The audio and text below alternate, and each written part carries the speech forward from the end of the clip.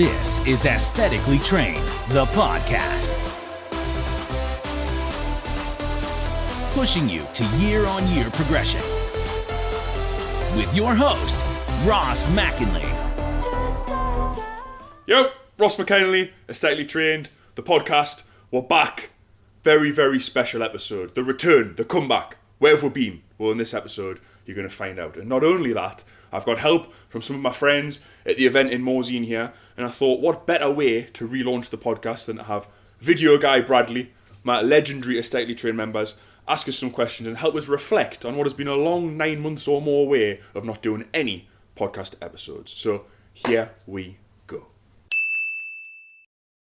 So since I left, we have done some podcast episodes. You've seen the episode in Costa Rica where I went and done ayahuasca. I've done some episodes from Argentina, from Barcelona. But since then, I'm being honest with you, it's been sparse. And you might have wondered, have I still been training? I've definitely still been training arms, but calves not so much. But I've been cracking on, and I want to get back to the episode. So why are we back, and what have I been doing in the meantime? Countries, where have I been? I have been to since then. I don't want to give you the full list and sound like an absolute wanker. But I've been all over. I started off in South America. I went to Peru. I climbed Machu Picchu. I went to Guatemala. I done a cool thing on volcanoes there. I've been to... Where else have I been? I've been in South America. I've been to Colombia. I've been all over the world. And I've worked my way from South America across. And I'm now currently in France for the Aesthetically Trained snowboarding event. Along the way, I've also been to Australia. I've been to Bali. I've been to Thailand for the Aesthetically Trained event. I've been to Vietnam. Every country has had its positives, had its negatives, but some stories that I'd like to tell you, or some insights that I'd like to give. Bradley had the question of what has been the best place that I've been, and I think we're also going to answer what is the worst place that I've been, although that is maybe is a bit harsh. But the best place, or certainly the best people, what I've found, not necessarily one place, but I've noticed that, particularly being from Europe, being from England, is that maybe in South America will have a different opinion of their life, or these sort of third world or rougher countries, or however you want to look at it. South Africa was the same when I was there. Cape Town maybe is a little bit dangerous in parts, but what I noticed actually was that the people in these countries had a different attitude to life, and I found that the people in the countries that were supposedly the dangerous, the places where when I went people were like, what are you going there for? Maybe fucking watch what you're doing and all this. Actually, the people that were there helped us the most. The people that were there went out of their way to make sure that I was having a great time. So whether it was in Argentina, whether it was in Peru, or whatever country, those countries that were maybe a little bit less well travelled by people from the UK, the people there absolutely loved that I was there, that I was willing to give it a go, that I was willing to have conversations with them and try things and go to places that maybe people like me hadn't been before. And that was the whole point and what I wanted to gain from travelling.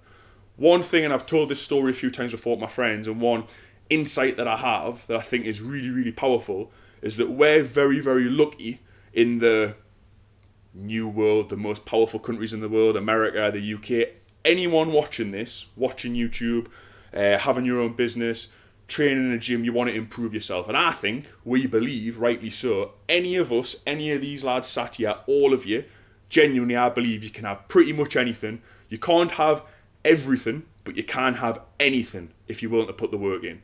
Now, that is an amazing thing that we've been given, just simply out of where we've been born in the world. How lucky are we? But actually, in some of these, what you might consider lesser countries in terms of the economy or in terms of the danger level or however you want to put it, actually some people I met there, their lives are very, very different. And because of that, they almost have, I liken it to like an imaginary ceiling on their life and what they think is possible. Now, for us in the UK, that's what I know the best, we are in a rat race. Everyone wants to earn more money. You're keeping up with the Joneses. You're trying to have a better car than your mate. You're trying to do one more than the next person. And in some ways, actually what I appreciate, that's a beautiful thing. It's allowed me to build my life and fucking do this and travel the world. Be sat here now in front of a red hot fire, by the way, to be doing all of this. I built all of this myself from nothing. But actually, in some of those countries, in South America in particular, people there don't have the same opportunities as us. But because of that, their attitude to life and what they're grateful for and their happiness is completely different. They're happier and they make much more of what they have. Because they've accepted where they're at and they're grateful for it, their approach to life is they want to make the best of it. So they're happier to help each other, they're happier to share, they spend more time with their family, they're more social. They're not climbing over each other to earn the next pound. They're not in the corporate rat race trying to climb an imaginary ladder, living the American or the UK dream, trying to be the best they can be and trying to earn as much money as possible. And because of that, actually, I found that the people there, and also in South Africa, were generally a lot nicer to you, because they weren't worried about you possibly beating them at something or fucking them over later, or that they didn't have any ego behind it. They were just much more happy to help everyone and make the most of what they had. That was, for me, what I noticed is the biggest difference. So there's massive positives, and that's why I travelled in the first place, to see the difference between cultures, between people. And in Europe in particular, we're very lucky that all of us can do everything, but I think it's worth sometimes thinking, like, what's the cost? Like, what is the cost of attempting to live your dream? What is the cost of trying to constantly chase more money? What is that cost in terms of not spending time with your family? What are you actually losing in terms of your energy by being willing to throw someone else under the bus to get a better job or to get a raise or a promotion at work? And think about, if you knew, and their attitude is, I can never have this job, I can never have maybe so much money, I can never do certain things. So instead their attitude is, if I'm going to be at this level my whole life, I want to be nice to the people that are on that level with us, and I want to make sure that I have the best possible time here. So that was the big difference I noticed in cultures and countries. Training. Where's the best gyms in the world? Common question. I do go to the gym a little bit, that's why you're probably here. For sure, I have to say on this one, Australia, South Africa, Dubai to an extent had great gyms, but I think in terms of value for money, and in terms of the actual people training in the gyms themselves, the ones that stood out for sure were South Africa, Cape Town. I trained at a great gym there called Bucks. I trained at another one called My Gym. In Australia, I trained at World Gym in the Gold Coast. That was great. But specifically, the reasons that those gyms I found were really, really good. They had a load of different kit. They had Hammer Strength Atlantis, all of those different things. But what I always notice when I go into the gym is the etiquette of the people there, and are people following a program? Are people generally in shape? Are they health conscious? How do people look? Are they deadlifting? Are they squatting? Are they bench pressing? And I found that in those countries that was very prevalent. South America, the gyms were interesting, I'm going to be honest with you. Central America, Guatemala, I can remember, actually in Argentina, in Patagonia, I can remember going to a gym and the leg press, there wasn't a stopper underneath the leg press, so if the weight come down it would just land on you, and you had to use a rope to unrack it. So the machine had obviously broke, and they tied a rope on the machine so that when you wanted to unrack the weight, to pull the pin out underneath, you had to use a rope.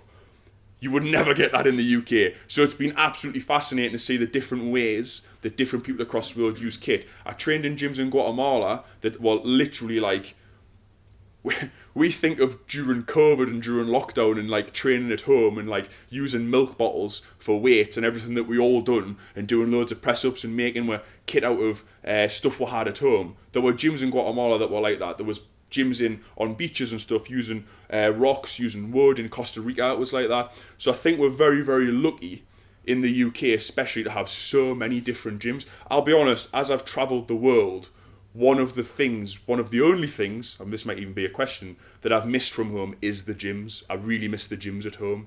And also I've missed the community behind it. So one of the reasons that I enjoyed the gym in South Africa and I enjoyed the gym in Australia so much is that I trained there for a longer period. I found because of that I made more friends there. I knew the gym a little bit better. Whereas, for example, in Vietnam, where I was just lately, I was moving around. I was training in a different gym all the time. So for those you're wondering when you're following a program, that can make it quite hard if you're very specific about using a certain machine to train chest or to squat or to hit your legs, and you want a certain hack squat machine and you want to use a certain exercise for legs or for your back, or you have to get on a chest press because it's a convergent chest press and it comes in the middle as you squeeze and you get a better contraction.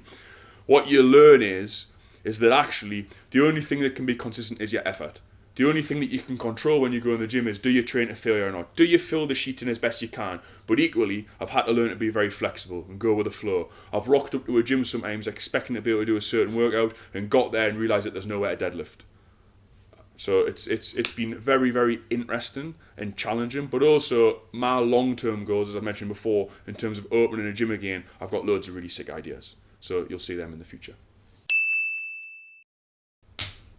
What lessons have I learned? I've been away now and I've been travelling now for over a year. So since October 2021 when I left, travelling all the world. I've started in South America, I've come all the way over to Australia, I've went back through Asia, I'm now in France. What's the lessons? What's the biggest lesson I learned? Well, if any of you following us on social media at the time, you may remember I had the small issue of losing my suitcase in Peru.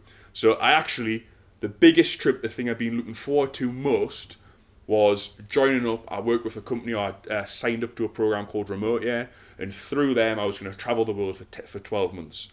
Looked forward to it, and this was kind of a more curated program in terms of travelling. They had your networking, they had your workspace, they organised all the travel for you, your flights, and I left to join them, even though I was already travelling on my own. I started that group journey, if you like, in which I made some great friends. Oh, new friend! Oh, friend! Please be my friend! I started that in April.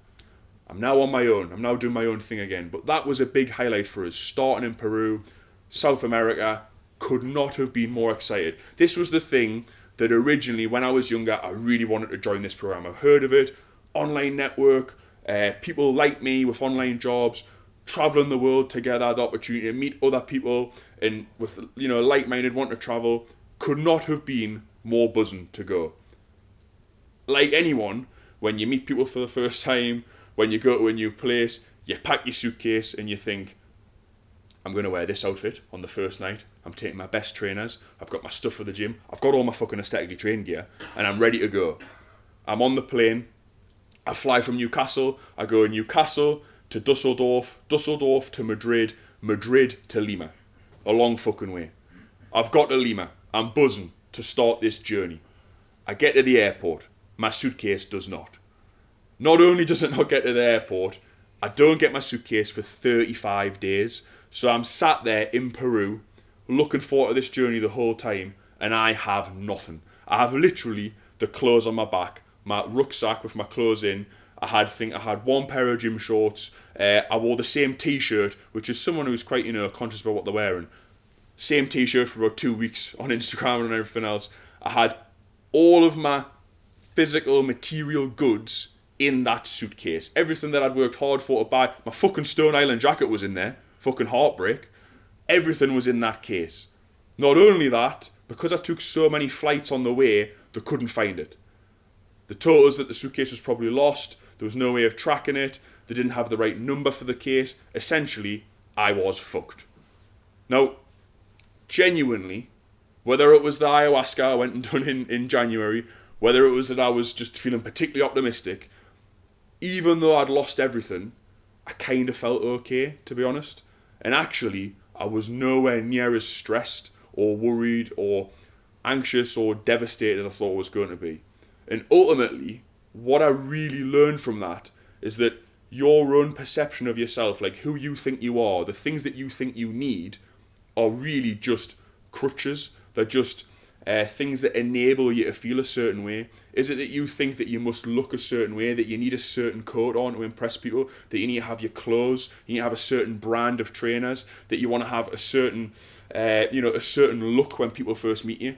All of were, admittedly, or certainly most of were, materialistic people. We like to have nice clothes, we want to feel a certain way because it gives us confidence, it makes us feel like we can, own a room or be just more happy going into a situation. I walked into that first meeting of meeting the other people in the group, of starting this journey. I went and bought an Adidas vest from a shop there. I had my Stone Island shorts on that fucking didn't match the vest, and actually the Stone Island shorts had a hole in them, but I fucking couldn't change them because I was wearing my comfy shorts for the plane. I went in nothing like what I thought I was going to be like.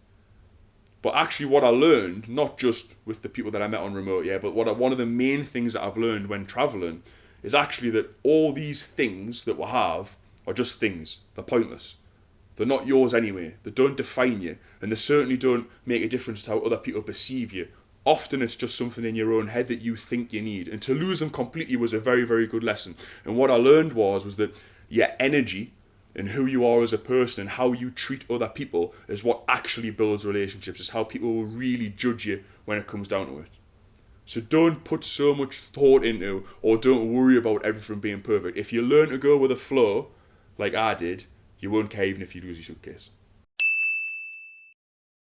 Last but not least, we're here. This is the reason for kicking off the podcast again and getting it going with weekly episodes.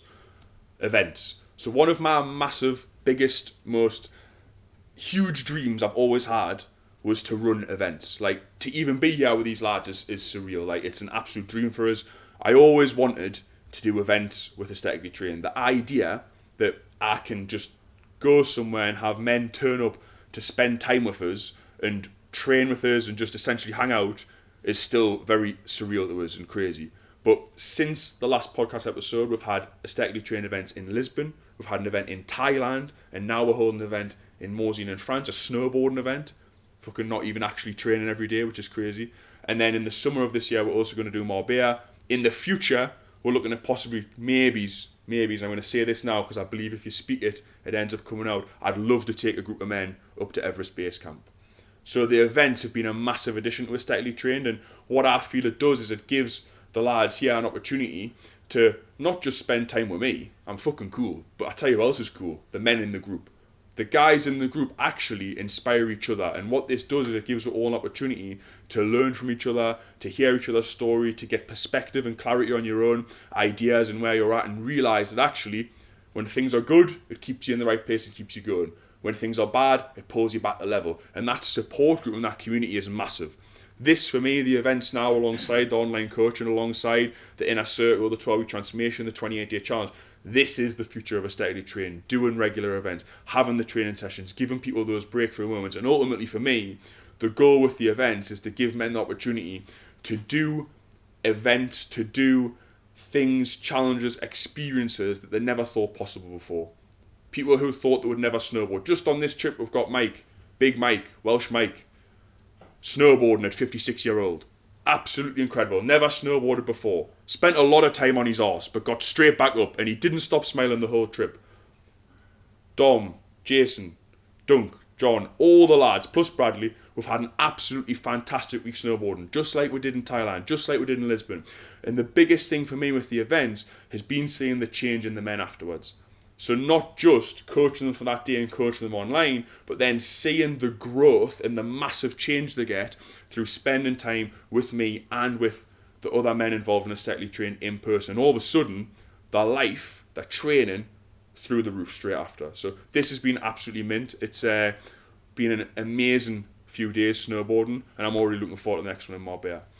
That is everything for this episode. This was a recap, this was a foundation, this was a getting everyone up to speed. If you have any questions on anywhere I've been, any other questions for future episodes, you can drop them in the comments below. You can let me know on social media. Please remember, as always, to hit like and comment on the video, so it's a big help. But I hope you've enjoyed the recap, and we'll be back with more episodes very, very soon. You've been listening to Aesthetically Trained, the podcast. Don't forget to like, subscribe, and spread the word.